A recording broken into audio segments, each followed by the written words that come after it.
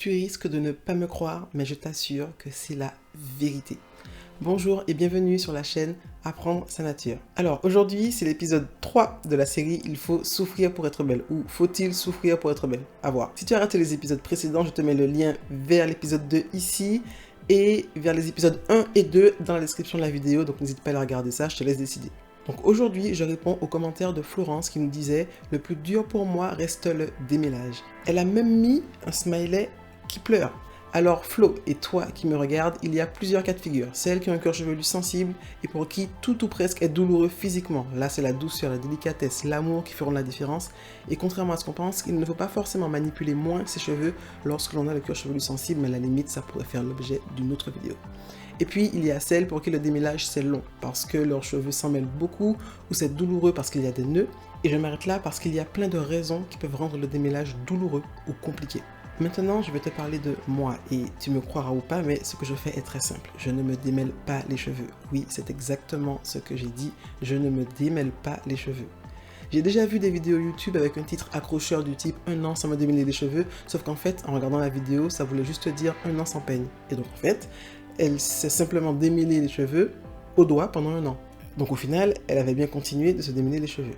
Moi, ce que je suis en train de te dire, c'est que je ne me démêle pas les cheveux du tout, ni au peigne, ni à la brosse, ni au doigt.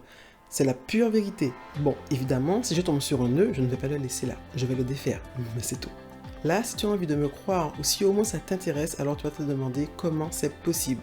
Premièrement, je ne suis pas en train de te dire à toi de ne pas démêler tes cheveux. D'ailleurs, je ne dis pas ça non plus à mes clientes, soyons clairs. Par contre, ce que je dis à mes clientes, c'est que si elles suivent les conseils que je leur donne, alors leurs cheveux s'en mêleront de moins en moins. En fait, il faut déjà être prête à penser différemment parce que certaines d'entre nous font clairement une véritable fixation sur le démêlage. Et je pense que je pourrais faire une vidéo juste sur ce sujet. Dis-moi dans les commentaires si ça t'intéresse. Maintenant, est-ce que mes cheveux ont l'air emmêlés?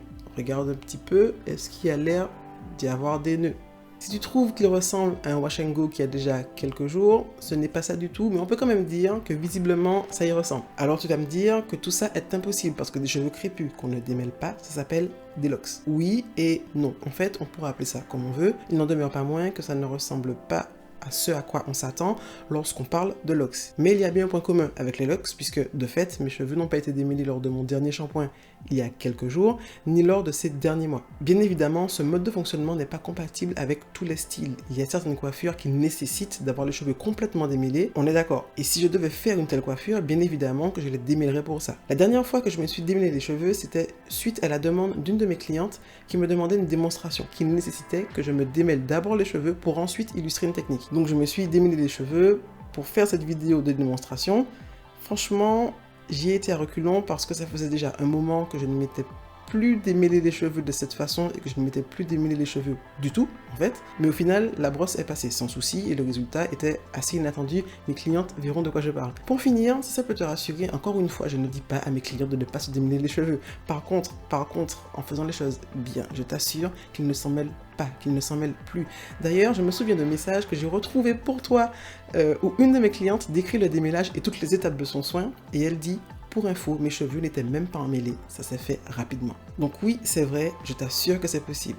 Si le démêlage est compliqué, voire douloureux pour toi aujourd'hui, alors sache que ce n'est pas une fatalité et qu'il existe des solutions à ce problème. Ça va vite te fatiguer si je répète la même chose dans chacune de mes vidéos, donc si tu veux en savoir plus, ça se passe